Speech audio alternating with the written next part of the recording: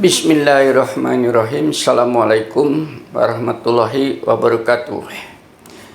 Pirsawan pencinta kajian Bima Sakti, kali ini saya akan membahas bagaimana kiat agar kita hidup yang pendek ini sukses ditinjau dari sisi nilai-nilai Islamiah. Jadi tidak ditinjau dari konsep hidup yang lain. Karena kalau ditinjau dari konsep hidup yang lain, itu bisa membuat persepsi yang berbeda. Ketahuilah oleh Anda semua, bahwasanya Islam memberikan sebuah rujukan yang demikian indah, agar supaya kita hidup sukses di bumi ini, yang disampaikan oleh Allah melalui firman-Nya di dalam surat Al-Baqarah, surat kedua ayat 201 yang berbunyi demikian, wa minhum mayaqulu rabbana atina fid dunya hasanah wa fil akhirati hasanatan wa qina adzabannar. Di antara mereka ada yang berdoa, ya Tuhan kami, berilah kami kesuksesan, kebaikan, kesejahteraan hidup di dunia, dan demikian juga berdampak kesuksesan, kebahagiaan hidup di akhirat, yang dengan itu pula lindungilah kami daripada azab neraka. Yaitu yang dinamakan konsep hidup secara Islami seperti itu. Sekarang masalahnya adalah bagaimana agar supaya kita hidup sukses di bumi ini secara Islami. Ia harus juga meminta jalan kepada Ilahi. Di atas jalan Ilahi, insya Allah akan ditunjukkan kepadanya, olehnya, kepada jalan yang kita maksud itu. Dan ini dijamin oleh Allah di dalam surat Al-A'la, surat ke-87 ayat ke-8. Bunyinya demikian, dan kami akan mudahkan bagimu jalan kemudahan untuk mencapai kesuksesan dunia akhirat itu.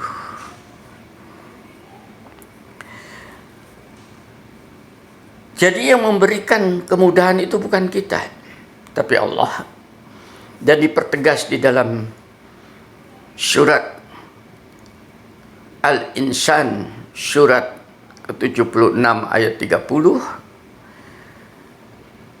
Tetapi kamu tidak akan mampu menempuh jalan itu, kecuali apabila dikehendaki Allah.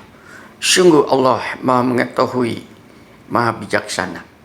Pengertian dikehendaki Allah itu, selama kita itu berusaha untuk menempuh, akan ditunjukkan, dan kita tetap istiqomah, jatuh bangun dan sebagainya, insya Allah itu sebagai sebuah tekad yang dikehendaki Allah, dan kita akan mencapai kejayaan, kesejahteraan atau kesuksesan hidup di dunia dan akhirat itu tadi. Syaratnya secara Islami, ada syarat kalau Anda ingin sukses itu. Yang pertama, harus punya keberanian tekad, sebuah integritas diri yang kokoh, yang utuh.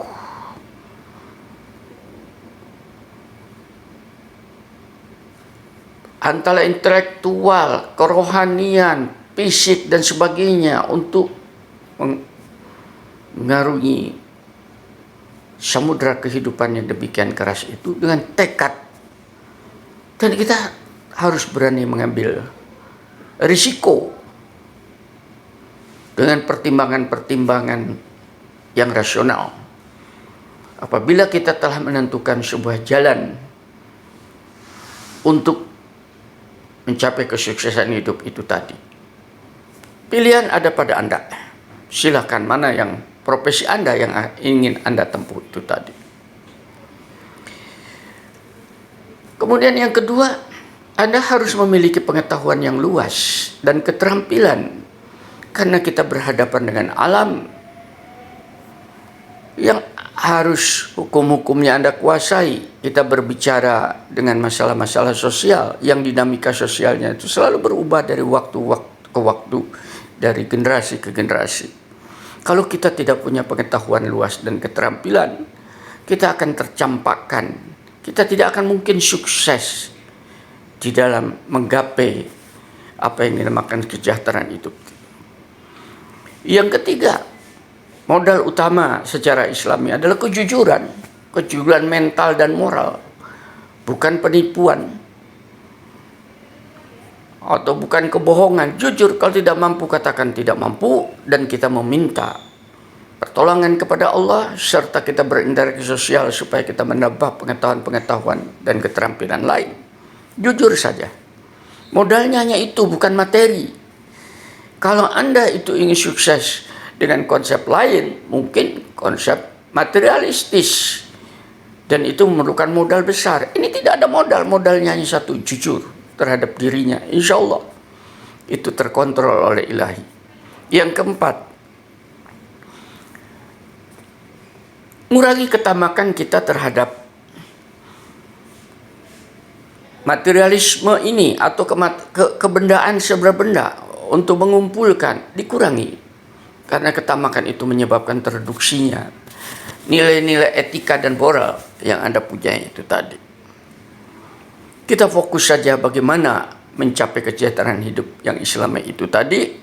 Dan apabila kita mendapatkan kesuksesan dalam bentuk materi, dalam bentuk pengetahuan, dalam makin berbagi dengan sesama, dan banyak-banyak Anda bersyukur, baik dengan perkataan maupun perbuatan, sehingga Anda dilimpahin kesejahteraan, kesuksesan hidup itu dunia akhirat Anda. Yang kelima tentunya setelah ikhtiar kita lakukan, ya bertawakal. Sukses itu karena Allah. Tidak sukses apa yang kita lakukan itu, insya Allah siapa tahu justru itu pemeliharaan Allah. Kita pasrahkan kepada yang menghidupkan diri kita ini. Itu yang dinamakan dengan syaratnya. Bagaimana kita menyikapinya agar supaya kita sukses secara Islami? Yang pertama, tolong ditanamkan benar. Mari kita jadikan Tuhan Allah itu sebagai harapan. Kita tidak berharap kepada yang lain. Tujuan kita hanya satu, yaitu bagaimana apa yang kita lakukan itu mendapatkan nilai dari Allah dan diridhoi, dan dengan itu kita diperkenankan untuk menyatu kembali dengan pencipta kita itu.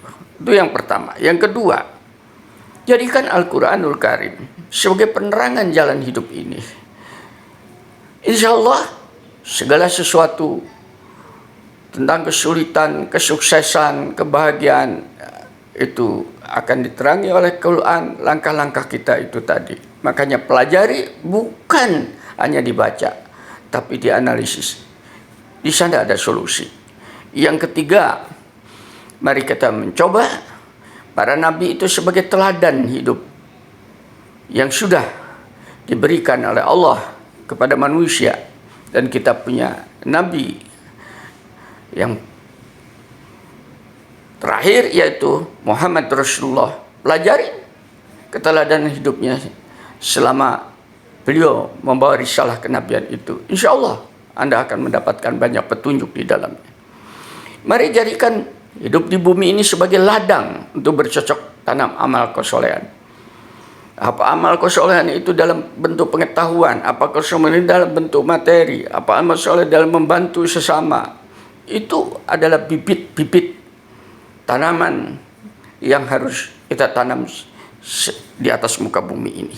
Dan jadikan yang keempat, usia Anda, usia saya ini adalah sebagai sebuah peluang.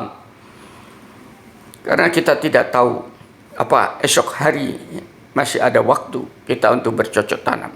Yang keenam, mari jadikan kesehatan yang kita punyai itu sebagai sebuah kendaraan. Saya bisa bicara dengan Anda karena kondisi saya sehat, maka saya jadikan kendaraan ini untuk menyampaikan kebenaran-kebenaran sesama, bercocok tanam, ladang pengetahuan kepada Anda senyampang saya masih dikasih usia. Yang ketujuh, pengetahuan yang kita punyai jadikan sebuah kekuasaan. Saya memiliki pengetahuan tentang komunikasi dengan Anda lewat YouTube, itu pengetahuan.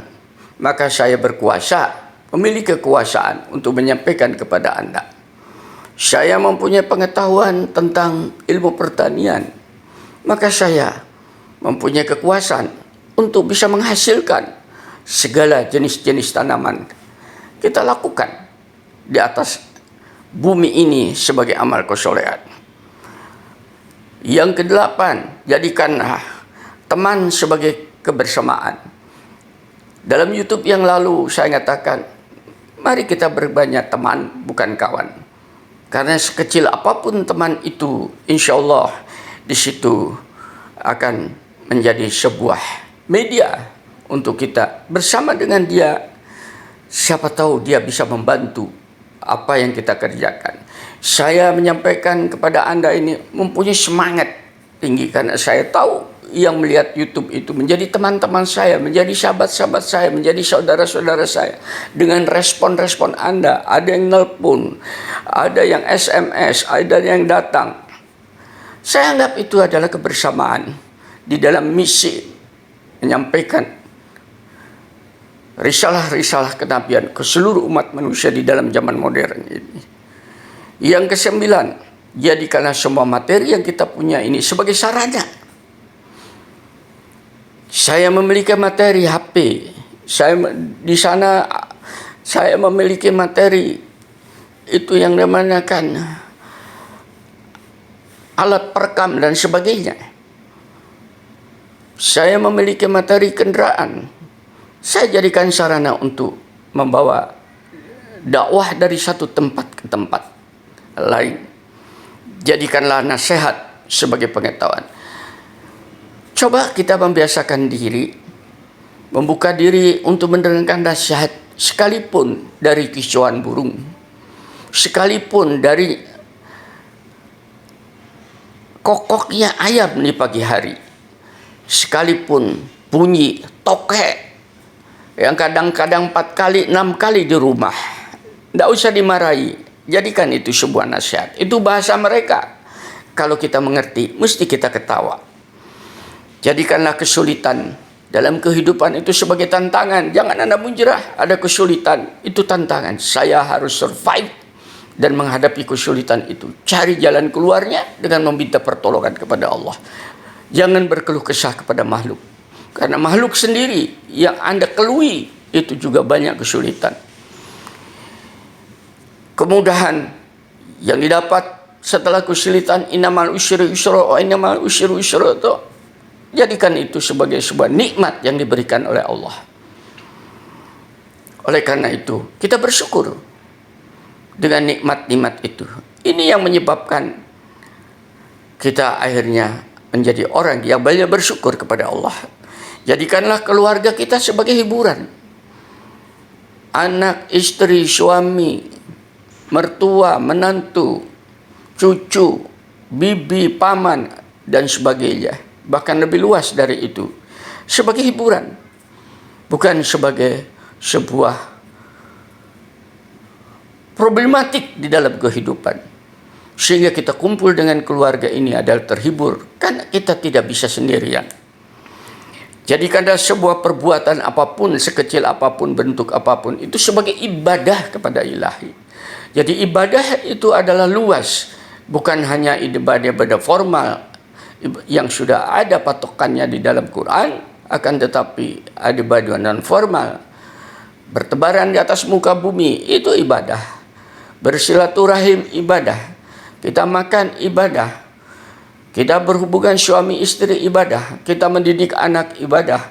Kita memberikan kuliah seperti saya tausiah kepada Anda. Saya anggap itu sebuah ibadah. Insya Allah itu menjadi tanaman-tanaman perbuatan saya dalam beribadah. Dan jadikanlah ibadah itu adalah sebagai pengabdian. Siapa yang kita abdi? Yaitu Ilahi, pencipta diri kita itu. Sebagaimana diinformasikan, wa ma khalaqtul jinna wal insa illa liya'budun. Diciptakan jin dan manusia itu agar supaya mereka beribadah sebagai bentuk pengabdian kepada penciptanya. Insya Allah kalau kita lakukan seperti itu, kita sudah menggugurkan firman Quran yang saya sebutkan itu tadi. Jadikanlah yang ke-16, kehidupan ini adalah sebagai sebuah kemuliaan, bukan keluh kesah. Karena hanya manusia yang bisa hidup di atas muka bumi ini adalah keridhaan. Oleh karena itu, kalau kita masih dikasih usia dan hidup di atas muka bumi dan dipilihkan buminya oleh Allah, itu bukan kita yang memilih, maka itu berarti kita sedang dimuliakan oleh Allah. Dan yang ke-17, jadikanlah musibah yang menimpa kita ini adalah sebagai ujian dan pujian, apapun bentuknya. Apa kesulitan materi, apa kesulitan kerja, apakah jiwa, apa penyakit, apa cacian orang, dan sebagainya dan sebagainya. Itu sebuah musibah yang mengancam diri dan fisik kita itu. Anggap saja itu sebagai ujian, dan apabila kita lolos dari ujian itu, kita akan mendapatkan pujian dari pencipta kita. Oleh karena itu Al-Quran mengatakan, apabila kamu mendapatkan musibah ujian itu, maka sebutlah inna lillahi wa inna ilaihi raji'un. Aku kembalikan kepada Allah. Maka orang yang sudah menghadapi ujian seperti itu, beri dia informasi bahwa mereka mendapatkan kemuliaan dan kejayaan daripada Allah. Pengertian bahwasanya kita itu sedang mengabdi kepada Allah, Anda bisa baca dalam surat Az-Zumar 39 ayat 11. Katakanlah, sungguhnya aku diperintahkan agar hanya beribadah, mengabdi kepada Allah dengan penuh ketaatan di dalam lahuddin. Konsep hidup Islami ini semata-mata sebagai sebuah pengabdian, dan tidak ada pengabdian yang begitu paripurna konsepnya kecuali melalui jalan yang Islami yang disebutkan di dalam Al-Quran surat Al-Baqarah ayat 2, Al-Baqarah surat 2 ayat 208. Wahai orang yang beriman, masuklah kalian ke dalam Islam tadi secara Islami, secara keseluruhan, dan janganlah kamu ikut langkah-langkah konsep lain. Itu adalah konsep setan. Sungguh konsep-konsep lain itu adalah kendaraan setan yang nyata sebagai musuh bagi kamu. Dan barang siapa mencari konsep-konsep hidup lain selain yang disampaikan oleh Allah melalui Al-Quran yang kita kenal sebagai konsep Islami itu, maka konsep-konsep itu tidak akan menyampaikan Anda kepada kesejahteraan hidup, kepada kesuksesan hidup dunia akhirat. Dan ini dijustifikasi di dalam surat Ali Imran ayat ketiga, surat ketiga ayat 85. Dan barang siapa mencari konsep hidup selain yang Islam ini, maka konsep itu tidak akan menyampaikan dirinya kepada tujuan hidupnya baik di dunia dan akhirat, dan di akhirat nanti dia termasuk orang-orang yang rugi karena tidak mendapatkan kesejahteraannya. Di dunia tidak sukses, di akhirat tidak sukses, dan dia akan terbuang secara sendiri daripada orang-orang yang sukses itu tadi. Mudah-mudahan sekelumit tausiah yang saya sampaikan ini kepada Anda mendapatkan respon, dan Anda yang senantiasa bersama saya merespon, dapat bimbingan, dapat hidayah, dapat petunjuk, termasuk orang-orang yang suka menerima kebenaran dari Allah. Walhamdulillahirabbil alamin. Assalamualaikum warahmatullahi wabarakatuh.